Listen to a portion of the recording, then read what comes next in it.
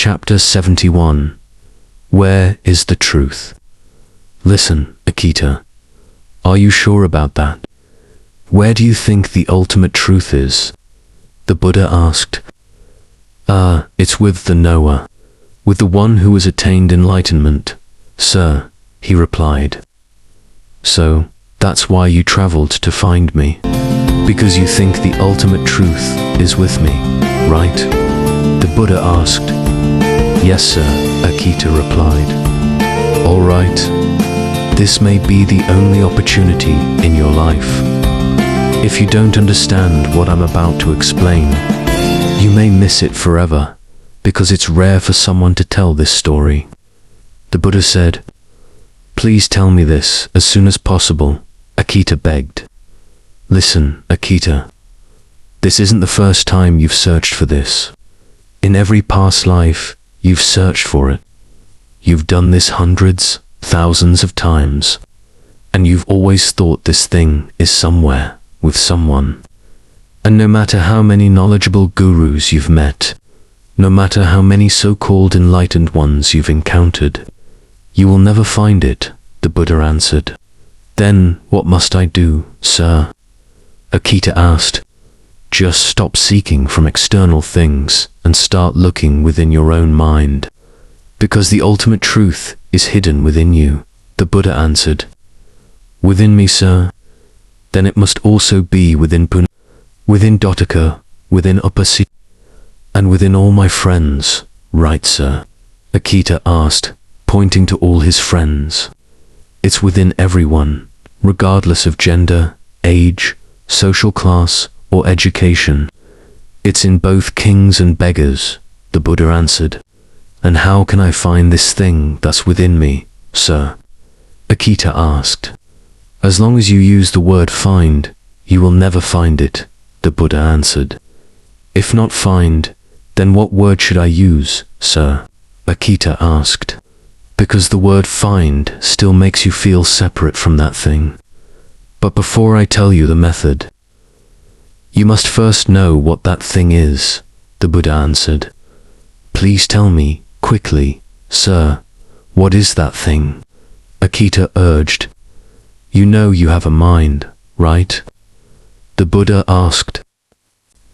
If the word mind refers to feelings and thoughts, I know I have that, sir. He paused to think before answering. And do you know where that mind comes from? The Buddha asked. I don't know, sir. It just exists, right? Nothing comes into existence by itself. Everything has an origin, a cause and condition, the Buddha answered. The mind has an origin, sir. Akita asked. Of course. Everything has an origin. Your mind must have an origin. Where do you think your mind comes from? The Buddha asked. I don't know, sir, Akita answered immediately. Let's just say for now that you should know that the mind has an origin. The Buddha said. All right, sir. And what you perceive right now is that you have your own mind, right? The Buddha asked. Yes, sir, he answered. And you've never felt the existence of the mind that is the origin of your mind, right? The Buddha asked again. Yes, sir, Akita answered. Do you know why you can't perceive the existence of this origin mind? The Buddha asked. I don't know, sir. Think about it again. Why? The Buddha continued. Because I never knew that I was supposed to know, Sir Akita answered. And what did you do? The Buddha asked. So, I didn't care, he answered. Exactly, Akita. Because you didn't know, you never cared that this thing exists. Even though it's the most important thing. The ultimate goal, the ultimate truth. And you've been seeking it from external things. From books, from scriptures, from teachers. Without knowing that you have the wisest thing within you, the Buddha explained. Who would know this, sir? He said.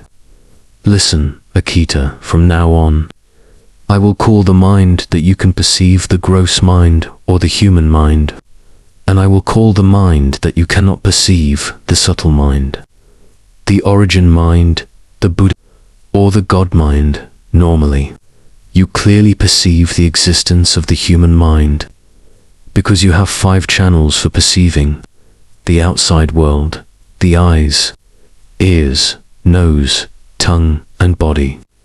The information you perceive goes to the gross mind, which then creates gross feelings and thoughts, or what you call emotions. The process of their arising is instinctive or uncontrolled. When these emotions form, they lead to unconscious actions, which are composed of memories, both good and bad experiences, leading to personal opinions, personal understanding, judging everything from the ego, without seeing the ultimate truth. The final result is liking and disliking, leading to actions towards each other, leading to attachment, leading to existence. Now, because you don't know that the root cause of all this comes from the gross mind, and you also don't know that you have a subtle mind hidden within you, because you've never cared to observe it, the experiences you've had, whether in this life or past lives, all accumulate and cover the subtle mind, becoming one with it. If you've been born 100,000 lives, this mind will have the experiences or stories from those 100,000 lives tightly wrapped around your subtle mind or Buddha mind. Of course, the state of the Buddha mind at this moment is different from its original state. This mind is no longer as pure as it once was, and because it's not the same, I will call the subtle mind with all the accumulated experiences the subconscious mind, and this is the point you need to understand. Even though the subconscious mind has the qualities of the Buddha, or the subtle mind as its core, once it has accumulated experiences, whether it's the pain of being hurt, the resentment of being wronged, the wounds from life, or the good feelings, the happy and fulfilling experiences, the subtle mind records and stores them tightly. So, this mind is not pure, it's covered in the grime of all past life experiences. This is where the concern arises. If you use the human mind to try to search for the ultimate truth, the subtle mind or the Buddha mind within, no matter what method you use, such as hypnosis or guided meditation, to try to delve into the spiritual realm, it has to pass through this layer full of the grime of those experiences. You have to spend time unwrapping the stories in each layer. You have to use methods of purification step by step. You have to use methods of refinement to break through to the core. Along the way, you may perceive experiences from this subconscious mind, manifesting as various images, but it's still not the subtle mind itself. Many times you get trapped in these illusions. You may have special abilities. You may have supernatural powers from past life skills. Or you may become a knower and seer of the past, able to predict the future. And you may become fascinated and enamored with those abilities, forgetting about the pure, clear. The Buddha explained. Then what method should I use, sir? Akita asked.